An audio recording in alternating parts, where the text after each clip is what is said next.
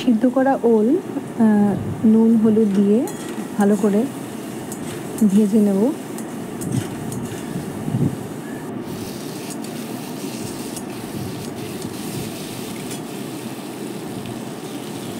এখানে শুধু জিরে আর রসুন বাটা অ্যাড করেছি, সাথে অল্প জল দিয়ে খুব ভালো করে এটা কষাতে হবে। এখানে রসুনটা একটু পরিমাণে বেশি দিলে ভালো হয়। স্বাদ মতো নুন,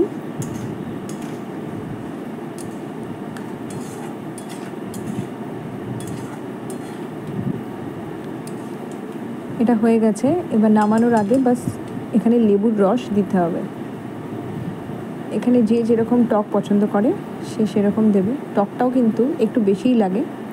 আমি এখানে 2 টুকরো লেবু অ্যাড করেছি, লেবুর রস। গরম ভাতে খেতে কিন্তু খুব ভালো লাগে এটা। এটা আমার মায়ের শেখানো রান্না, খুব ভালো হয় খেতে। একবার খেলে রিয়েলি আর একবার ইচ্ছা করবে বানানোর।